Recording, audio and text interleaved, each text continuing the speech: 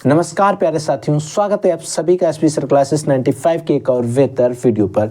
तो बच्चों, आज के इस बेहतरीन वीडियो में हम लोग डिस्कस करेंगे क्लास 12th फिजिक्स के बारे में।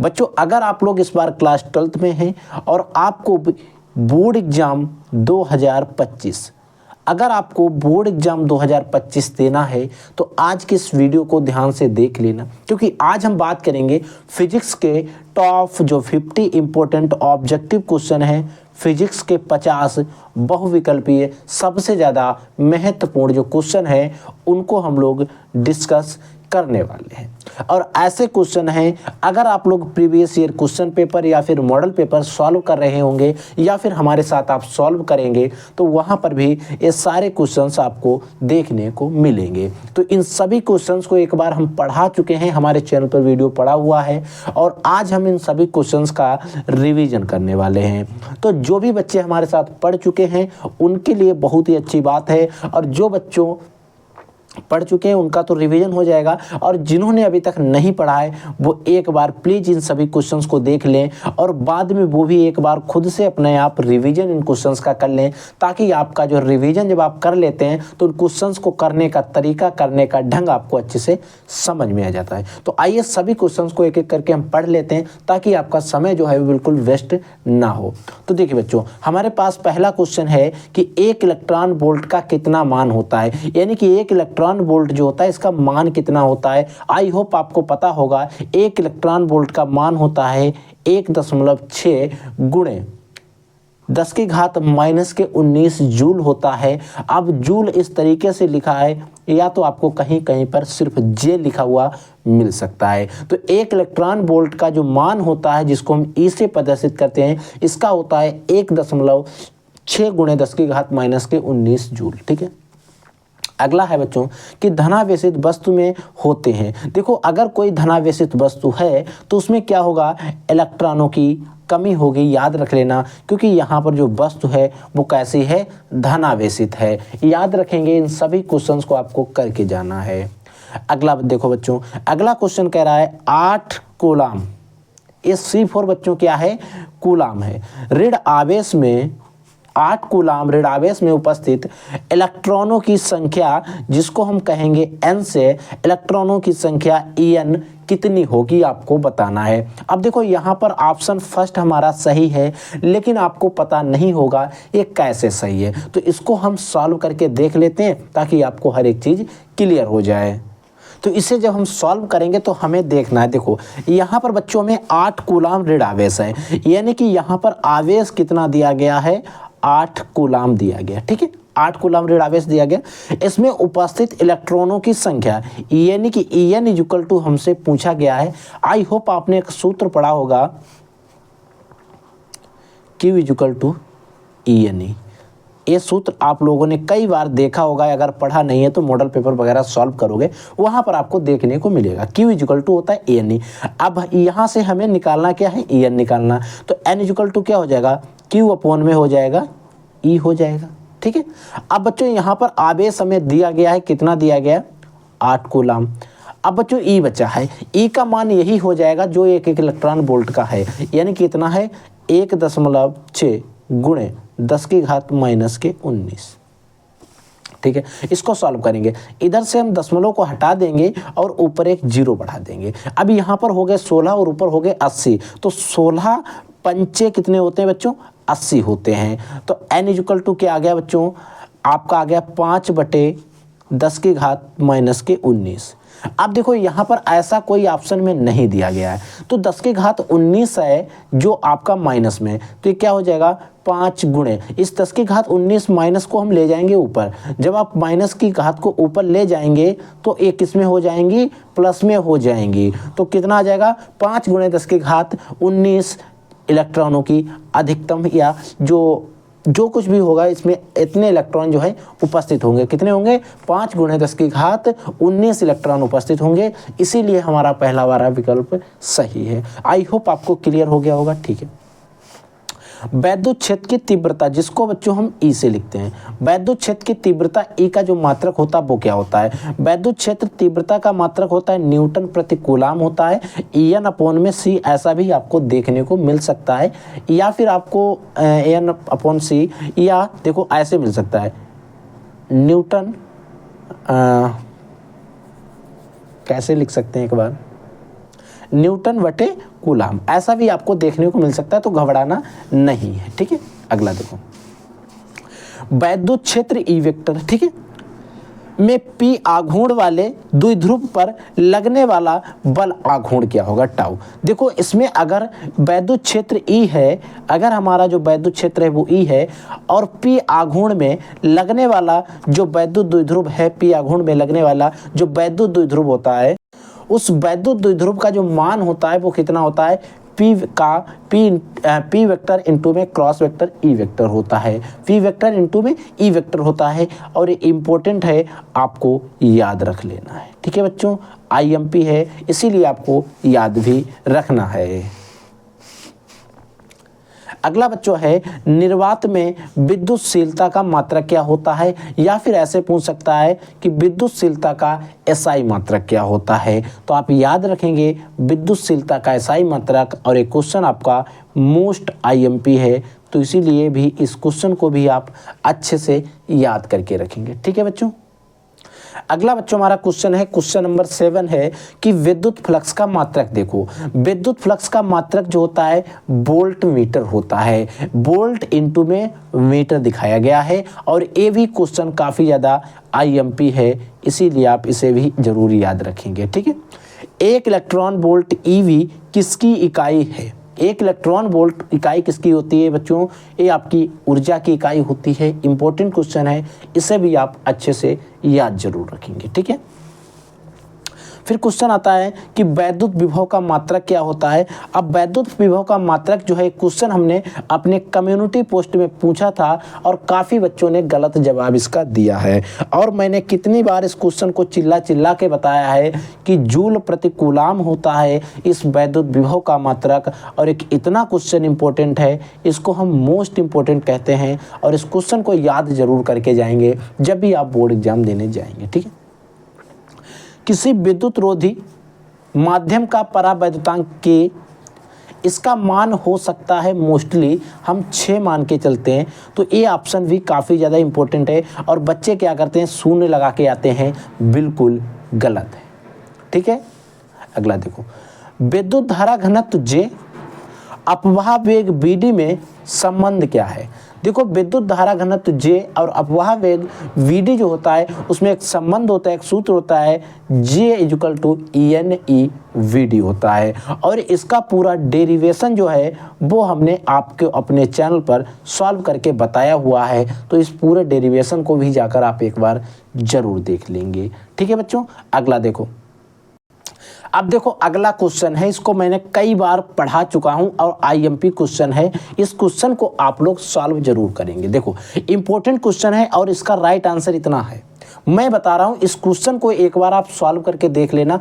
मैंने क्वेश्चन अपने इस चैनल पर कई बार सॉल्व कराया। क्वेश्चन क्या है, किसी चालक में प्रति सेकंड, देखो यहाँ पर प्रति सेकंड इतने एम्पीयर की धारा बह रही है। देखो कोई चालक है, उस चालक में क्या हो रहा है कि प्रति सेकंड इतने एम्पीयर की धारा जो है बह रही है। ठीक है, प्रति सेकंड प्रवाहित इलेक्ट्रॉनों की संख्या, यानी कि नंबर ऑफ इलेक्ट्रॉन यहाँ पर भी पूछे जा रहे हैं, तो याद रखेंगे इस क्वेश्चन को आप अच्छे से एक बार जरूर सॉल्व करेंगे, और इसको आंसर हमें कम्युनिटी पोस्ट में या फिर आप वीडियो के कमेंट सेक्शन में कमेंट कर देंगे कि सर हमने इसको सॉल्व कर लिया। ठीक है, देखो अगला क्वेश्चन देखो, किसी तार का विशिष्ट प्रतिरोध इतना है, ठीक है, इसकी वैद्युत चालकता बताओ। देखो एक क्वेश्चन मैं सॉल्व करवा दे रहा हूँ, क्योंकि ये क्वेश्चन मैंने ज़्यादा सॉल्व नहीं करवाया है, ये क्वेश्चन ऊपर वाला जो है बहुत ज़्यादा मैंने सॉल्व करवाया है, और इजी भी है, तो आप इसको एक बार जरूर सॉल्व कर लेंगे। तो देखो किसी चालक का विशिष्ट प्रतिरोध और उसकी वैद्युत चालकता, देखो वैद्युत चालकता जो होता है बच्चों,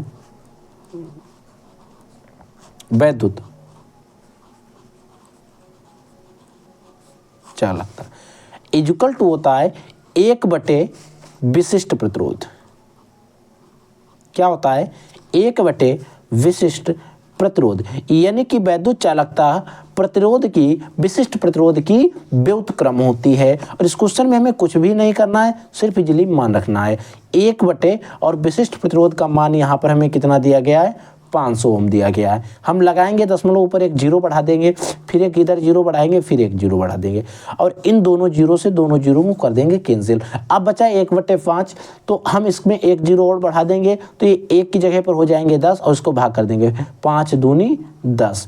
अब देखो प्रतिरोध का मात्रक ओम होता है तो ये ओम नीचे हो जाएगा ओम, और जब ये ऊपर जाएगा तो इसको हम लिखेंगे ओम, एक क्या हो जाएगा इनवर्स लग जाएगा। आपका जो आंसर आ जाएगा वैद्युत चालकता का, जो आपका वैद्युत चालकता का मान आ जाएगा 0.002 प्रति ओम, या फिर आप कैसे ओम इनवर्स, जो कि यहाँ पर आपका जो सही है वो चौथा वाला ऑप्शन राइट है, तो इसीलिए आप इसे याद रखेंगे। ठीक है, आप देखो बच्चों 14वां क्वेश्चन है, काफी ज्यादा इंपॉर्टेंट क्वेश्चन, कई बार सॉल्व भी करवाया है। अब मैंने इतनी बार इन क्वेश्चंस को सॉल्व करवाया, बार बार सॉल्व करवाऊंगा, मेरा दिमाग हिल जाता है। देखो इसमें क्या कह रहा है कि 50 ओम प्रतिरोध के, देखो एक 50 ओम के प्रतिरोध का एक धात्विक तार है, विद एग्जांपल मैंने लेकर कई क्वेश्चन इस पर करवा रखे हैं न्यूमेरिकल वाले वीडियो में, तो प्लीज आप न्यूमेरिकल वाला वीडियो जाकर जरूर देख लेना। 50 ओम प्रतिरोध के धात्विक तार को खींचकर उसकी लंबाई दोगुनी कर जाती है, यानी कि जो भी लंबाई थी उसकी लंबाई मान लीजिए an थी, तो उस लंबाई को क्या कर दिया जाता है 2n कर दिया जाता है। तो इसका जो नया प्रतिरोध बनेगा, नया प्रतिरोध को हम R1 से या R' से हम प्रदर्शित कर लेते थे, और वो आप देख लेना 200 ओम आता है, लेकिन एक बार आप सॉल्व जरूर कर लेना कि कैसे आता है, उस वीडियो को देख लेना और सॉल्व कर लेना, उसमें मैंने न्यूमेरिकल हल करने की ट्रिक बताई हुई है। ठीक है, अगला बच्चों है कि किलोवाट घंटा जो है किसका मात्रक होता है, तो किलोवाट घंटा जो होता है बच्चों वैद्युत ऊर्जा का मात्रक होता है, और आप लोग इस क्वेश्चन को भी काफ़ी अच्छी तरीके से याद रखेंगे, क्योंकि ये भी क्वेश्चन कई बार बोर्ड के पेपर में पूछा जा चुका है, तो इसीलिए हम इस पर क्या लगाएंगे IMP लगा देंगे। ठीक है बच्चों, अगला क्वेश्चन देखो, अगला हमारा क्वेश्चन है, क्वेश्चन नंबर 16 है कि एक चुंबकीय क्षेत्र उत्पन्न किया जा सकता है, कब उत्पन्न किया जा सकता है, केवल गतिमान आवेश द्वारा, सही बात है, केवल बदलते विद्युत आवेश के द्वारा, ये भी सही बात है। अब देखो ये दोनों बातें हमारी सही हैं, तो दोनों बातों सही हैं, तो इसीलिए एक ऑप्शन दिखाई दे रहा है नन, तो ये तो हमारा बिल्कुल हो ही नहीं सकता, क्योंकि इसमें एक ऐसी चीज भी है जो सही है, तो नन वाला तो वैसे भी गलत हो गया। ठीक है, अब बचा तीसरा ऑप्शन, तीसरा ऑप्शन कह रहा है ए और बी दोनों, यानी कि पहला और दूसरा दोनों सही है, तो हम इसी वाले ऑप्शन पर टिक कर देंगे। कौन सा हमारा सही हो जाएगा, तीसरा इजली सही हो जाएगा। अगला क्वेश्चन देखो, चुंबकीय क्षेत्र का मात्रक क्या होता है, वेबर मीटर स्क्वायर होता है, वेबर प्रति मीटर स्क्वायर होता है, इंपॉर्टेंट है और कई बार बोर्ड के पेपर में आ चुका है, तो इसीलिए आप इसको याद रखेंगे। ठीक है, किसी एक समान चुंबकीय क्षेत्र में, किसी एक समान चुंबकीय क्षेत्र में इलेक्ट्रॉन क्षेत्र के लंबवत प्रवेश करता है, इलेक्ट्रॉन जो है क्षेत्र के लंबवत, और लंबवत का मतलब होता है 90 डिग्री पर प्रवेश करता है, तो इलेक्ट्रॉनों का पथ क्या होगा, वेरी वेरी IMP क्वेश्चन है, बोर्ड का पेपर मॉडल पेपर उठा के देख लेना, कई बार पूछा गया है। उसका पथ कैसा होता है, इलेक्ट्रॉनों का वृत्ताकार होता है, काफी ज्यादा इंपॉर्टेंट है, और बच्चों ज्यादातर क्या लगाते हैं परवलयाकार, जो कि बिल्कुल गलत है। लॉरेंज बल ज्ञात करने का नियम क्या है, देखो लॉरेंज बल हम अगर ज्ञात करना है तो फ्लेमिंग के बाएं हाथ का जो नियम है उस नियम की सहायता से हम लॉरेंज बल को इजीली से ज्ञात कर सकते हैं। आई होप आप इस क्वेश्चन को अच्छे से समझ रहे होंगे। ठीक है, अब 20वां क्वेश्चन देखो, थ्योरेटिकल क्वेश्चन है, एक चुंबकीय क्षेत्र B है के समांतर V चाल है, गतिशील आवेश Q है, उत्पन्न चुंबकीय क्षेत्र के कारण इस पर लगने वाला जो बल होगा वो क्या होगा, इस पर लगने वाला बल क्या होगा, एक तरीके से डेरिवेशन है और मैंने इसको सही से बताया भी है। देखो मान लीजिए ये हमारा कोई चुंबकीय क्षेत्र V है, इस पर एक लगने वाला बल है, ये क्या है, आवेश है Q, ये समांतर चाल V से गतिमान है, B से गतिमान है, तो चुंबकीय क्षेत्र के कारण लगने वाला बल जो F इक्वल टू होता है, F इक्वल टू एक सूत्र आता है V vector into V vector, sorry V vector नहीं आता है क्योंकि आवेश की बात कर रहा है। देखो क्या हो जाएगा, ये नहीं ये रहेगा, देखो ऐसे आता है, ये दोनों क्या है, एक ये हमारा कोई चुंबकीय क्षेत्र V है, ये आवेश क्यू है और ये समान चाल इसी के समांतर है 90 डिग्री पर, यानी कि इसके समांतर चल रहा है। लंबवत नहीं, समांतर चलने का मतलब इसकी जो वेग है वो समांतर चाल है, चाल नियत है, ठीक है। तो हमारा क्या हो जाएगा, इस पर लगने वाला बल क्या हो जाएगा, क्यू जो है आवेश है, इंटू में क्या हो जाएगा v इंटू वी वेक्टर और बी वेक्टर आप जब क्रॉस प्रोडक्ट करोगे, इसका जो क्रॉस प्रोडक्ट होता है F इक्वल टू क्या होता है, Q इंटू में क्या हो जाएगा, V vector into V vector का होता है वी साइन थीटा, ठीक है, साइन थीटा। आप देखो ये समांतर चल रहे हैं तो साइन 0 अंश का मान आपको पता होना चाहिए। साइन 0 अंश का मान कितना होता है, 0 होता है। तो v और v की गुणा होगी 0 से, तो 0 हो जाएगा। v इसका मान तो 0 हो गया, ठीक है। और फिर हो गया इसका q से, q में 0 की अगर गुणा करेंगे तो ये भी 0 हो जाएगा। तो f का मान क्या आ जाएगा, 0 आ जाएगा इस तरीके से। तो इसीलिए हमारा जो चौथा वाला विकल्प सही है। बेशक आपको शायद समझ में नहीं आया होगा, जब 1 से 2 बार इस क्वेश्चन को मैं करवाऊंगा तो आपको इजीली से समझ में आ जाएगा, ठीक है। अगला क्वेश्चन देखो, अगला क्वेश्चन बच्चों देखो क्या कह रहा है। क्वेश्चन नंबर 21 है कि चुंबक जो है, चुंबकत्व का कारण क्या होता है। चुंबक जो होती है उस चुंबक में चुंबकत्व का कारण क्या होता है, इलेक्ट्रॉनों की घूर्णीय गति होती है। इंपॉर्टेंट क्वेश्चन है और बोर्ड के पेपर में आया हुआ क्वेश्चन है, ठीक है। क्षण में प्रेरित विद्युत वाहक बल का मान देखो क्या होता है, BVL होता है, याद रखेंगे। BVL लिखा होता है और यहाँ पर लिख दिया गया है BLV, तो VVL ज़्यादातर लिखा हुआ मिलेगा, तो कोई टेंशन नहीं है। किसी प्रत्यावर्ती धारा परिपथ में वोल्टेज V तथा धारा I हो, तब शक्ति क्षय क्या होता है, जो आपका V होगा और I होगा, इनके बीच में कोण जो होता है उस पर निर्भर करता है शक्ति क्षय। और ये क्वेश्चन भी काफ़ी ज़्यादा इंपॉर्टेंट है। किसी भी ट्रांसफार्मर में क्या संभव नहीं है, अगर कोई भी ट्रांसफार्मर है उसमें डीसी धारा संभव नहीं होती जो बैटरी में होती है। तो डीसी धारा, डिस्क धारा जो है वो संभव नहीं हो सकती किसी भी ट्रांसफार्मर में। निम्नलिखित में से विद्युत चुंबकीय तरंग नहीं है। इनमें से कौन सी तरंग जो है विद्युत चुंबकीय तरंग नहीं है। गामा का तरंग भी है, अवरक्त तरंगे भी हैं, एक्स किरणें भी होती हैं, लेकिन बीटा किरणें जो होती हैं विद्युत चुंबकीय तरंगे नहीं होती हैं। सबसे अधिक आवृत्त की तरंग दैर्घ्य कौन सी होती है, गामा तरंग होती है। इंपॉर्टेंट क्वेश्चन है, बोर्ड के पेपर में आया हुआ क्वेश्चन है, ठीक है बच्चों, समझ में आ गया, ठीक है। अगला क्वेश्चन देखो, अगला क्वेश्चन है क्वेश्चन नंबर 27 है। यदि सघन माध्यम में आपतन कोण क्रांतिक कोण के बराबर हो तो आपतन कोण का मान कितना होता है, आपको पता होना चाहिए। कितना होता है बच्चों, 90 डिग्री होता है। और ये क्वेश्चन भी काफ़ी ज़्यादा कई बार बोर्ड के पेपर में आ चुका है बच्चों। लाइटिंग का थोड़ा इशू हो रहा है।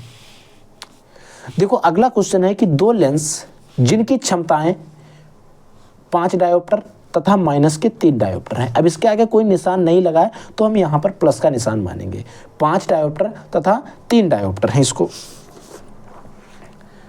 है संपर्क में रखे गए हैं, एक दूसरे के संपर्क में रखे गए संयुक्त लेंस की फोकस दूरी आपको बताना है। देखो हमें इसके जो लेंस है इस संयुक्त लेंस की क्या बताना है, फोकस दूरी बताना है। तो देखो हम इसको कैसे करेंगे एक बार समझ लो। हमें एक सूत्र पता है क्षमता निकालने के लिए, P इक्वल टू सूत्र होता है P1 प्लस P2। हमारे पास जो भी क्षमताएं होंगी उनको जोड़ते चले जाएंगे।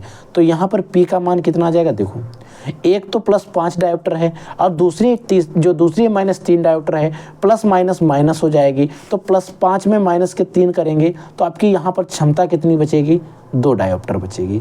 कितनी बचेगी आपकी, 2 डायोप्टर बचेगी। अब हमसे पूछ रहा है फोकस दूरी, संयुक्त लेंस की फोकस दूरी निकालनी। इसकी फोकस दूरी निकालने के लिए एक सूत्र आपने पढ़ा होगा, P इक्वल टू होता है 1/f। P equal to 1/f होता है और j कब होता है, जब इसका मान किस में आएगा, मीटर में। अब यहाँ पर देखो सारे ऑप्शन हमें किस में दे रहे हैं, सेंटीमीटर में। तो मीटर वाला तो हम नहीं निकालेंगे। 1 मीटर में सेंटीमीटर कितने होते हैं, तो 1 मीटर में 100 सेंटीमीटर होते हैं। तो P/f हो जाएगा 100/f हो जाएगा। और हमें चाहिए क्या है, f चाहिए। तो f इक्वल टू क्या हो जाएगा, 100 में हो जाएगा आपका P हो जाएगा। और P का मान हम लोग निकाल चुके हैं 100/, P का मान आया 2 डायोप्टर, इसको काट देंगे 50 × 100, यानी कि जो इसकी फोकस दूरी आ जाएगी वो आ जाएगी 50 सेंटीमीटर। इसीलिए हमारा पहला वाला ऑप्शन सही है। समझ में आ गया, ठीक है। दो लेंस जिनकी शक्तियां 4 डायोप्टर और माइनस के 2 डायोप्टर हैं, ठीक है। संपर्क में रखें संयुक्त लेंस की फोकस दूरी वही 50 सेंटीमीटर आएगी, क्योंकि पी का मान सेम आएगा तो फोकस दूरी भी समान ही आ जाएगी, क्योंकि 4 से 2 को घटाएंगे तो हमारे पास 2 बचेगा, 100 से हम 2 को भाग करेंगे तब भी 50 बचेगा। सेम क्वेश्चन है, इसकी सिर्फ लैंग्वेज चेंज है। प्रिज्म से गुजरने पर निम्नलिखित में से किस रंग का प्रकाश सबसे अधिक विचलित होता है? सबसे अधिकतम जो है विचलन होता है वो आपका बैंगनी रंग का होता है। अगला क्वेश्चन है, मनुष्य की आंख के नेत्र लेंस का अपवर्तनांक कितना होता है? 1.44 होता है, जिसको 1.5 भी हम लोग लिख देते हैं, याद रखेंगे, इंपॉर्टेंट क्वेश्चन है, ठीक है बच्चों। आई होप आपको सारे क्वेश्चन अच्छे से समझ में आ रहे होंगे, ठीक है। अगला क्वेश्चन देखो बच्चों, अगला क्वेश्चन है कि प्रकाश के व्यतिकरण की घटना प्राप्त कब होती है? देखो, प्रकाश का जो व्यतिकरण होता है, आपने संपोषी व्यतिकरण और विनाशी व्यतिकरण के बारे में ज़्यादातर सुना होगा। तो देखो, केवल अनुदैर्ध्य तरंगों के द्वारा, बिल्कुल सही बात है।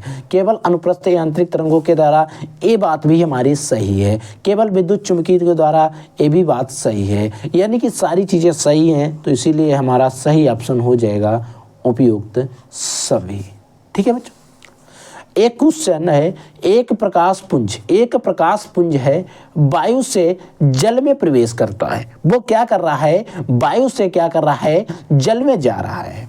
निम्नलिखित में से कौन सा जो है अपरिवर्तित रहेगी? इसकी जो बच्चों आवृत्ति होती है वो अपरिवर्तित रहेगी, कभी भी चेंज नहीं होती है। और ये क्वेश्चन भी काफ़ी ज़्यादा इम्पोर्टेंट है, ठीक है।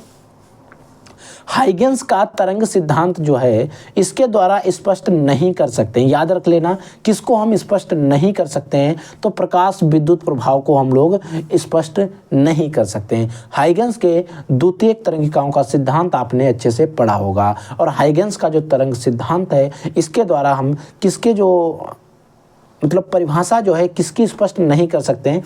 तो प्रकाश विद्युत प्रभाव की। दो स्रोत कला संबद्ध होते हैं यदि वे तरंग उत्पन्न होती हैं कहाँ से? नियत कलांतर की हो, ठीक है। प्रकाश तरंगों की अनुप्रस्थ प्रकृति की पुष्टि कैसी होती है? ध्रुवण की जो घटना होती है उसी के कारण होती है, ठीक है बच्चों, क्लियर। अगला क्वेश्चन देखो, अगला क्वेश्चन है कि स्टीफन नियतांक का मान कितना होता है? इंपॉर्टेंट क्वेश्चन है, आईएमपी इस पर लगा लो, क्योंकि ये मान है कांस्टेंट होते हैं। ये मान जो है कांस्टेंट होता है 5.67 × 10⁻⁸ वोल्ट प्रति मीटर का मीटर स्क्वायर इंटू में केल्विन की घात 4 होता है। मीटर घात 2 और इसके आगे माइनस लगाए, यानी कि मीटर की घात 2 इनवर्स में है, ठीक है। जस्ते की सतह से इलेक्ट्रॉन उत्सर्जित हेतु, जस्ते की कोई सतह है उसमें इलेक्ट्रॉन उत्सर्जित हेतु निम्नलिखित में से कौन सा विकिरण अधिकतम उपयुक्त में होगा? तो वो होगी परावैंगनिक प्रकाश, याद रखेंगे। फोटोन के गतिक द्रव्यमान का सूत्र क्या होता है? फोटोन का जो गतिक द्रव्यमान होता है उसके लिए सूत्र H/c लैम्डा यूज करते हैं, ठीक है। हाइड्रोजन परमाणु की बंधन ऊर्जा कितनी होती है? -13.6 eV होती है, इलेक्ट्रॉन वोल्ट होती है। एक AMU के तुल्य ऊर्जा होती है। एक AMU जो होता है बच्चों वो 931 MeV यानी कि मेगा इलेक्ट्रॉन वोल्ट के बराबर होता है। और एक क्वेश्चन भी काफ़ी ज़्यादा आपके लिए IMP है, और ख़ासकर बोर्ड एग्जाम 2025 के लिए, ठीक है। पीएन संधि डायोड में अपक्षय परत में होते हैं, ना ही इलेक्ट्रॉन होते हैं और ना ही यहाँ पर क्वार्टर होते हैं, याद रखेंगे इस चीज को, ठीक है बच्चों। अगला हमारा क्वेश्चन है कि एन प्रकार के अर्धचालक में विद्युत चालन का क्या कारण होता है बच्चों? वो कारण होता है इलेक्ट्रॉनों के कारण।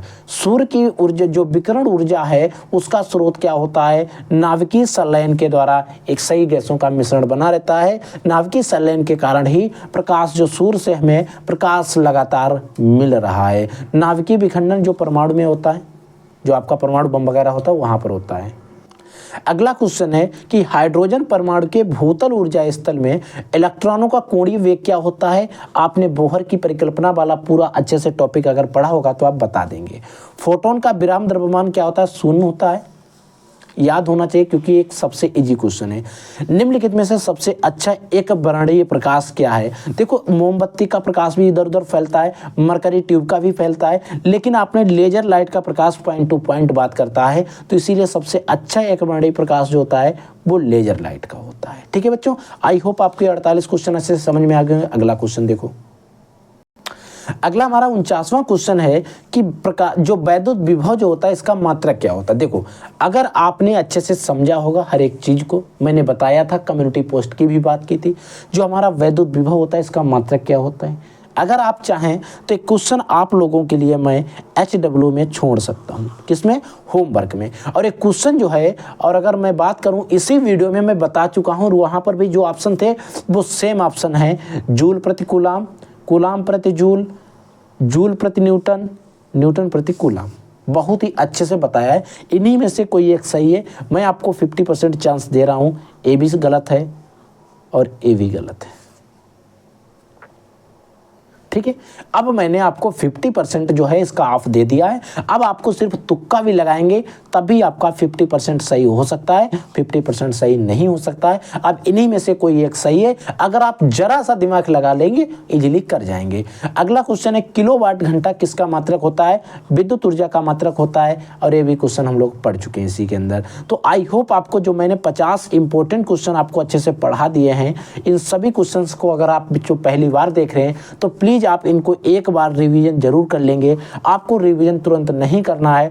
आज अगर आप वीडियो देख रहे हैं उसके 2 से 3 दिन के बाद में एक बार रिवीजन कर लेंगे, और उसके बाद में आप 7 से 8 दिन के बाद एक बार और देख लेंगे। किसी भी वीडियो की मैं बात कर रहा हूँ, किसी भी क्वेश्चंस की बात कर रहा हूँ, अगर आप इस तरीके से रिवीजन कर लेते हैं, मैं कहता हूँ आपको लॉन्ग टर्म के लिए वो क्वेश्चन, वो चीज़ आपको याद हो जाती है। ठीक है बच्चों, तो आई होप आपको मैंने जो कुछ भी बताया अच्छे से समझ में आ गया होगा। अगर आपके मन में कोई डाउट, कोई भी किसी भी प्रकार का कोई क्वेश्चन रहता है तो प्लीज़ आप वीडियो के कमेंट सेक्शन में कमेंट करके हमसे क्वेश्चन जरूर पूछिएगा।